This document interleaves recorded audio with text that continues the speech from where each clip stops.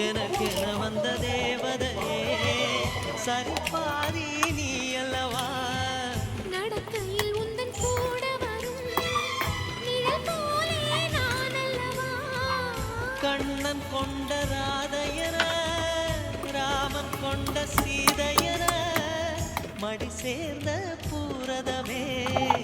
மனதில் வீசும் மாறுதமே நன்றி சொல்ல உனக்கு வார்த்தை இல்லை எனக்கு நான் தான் மயங்கினேன்.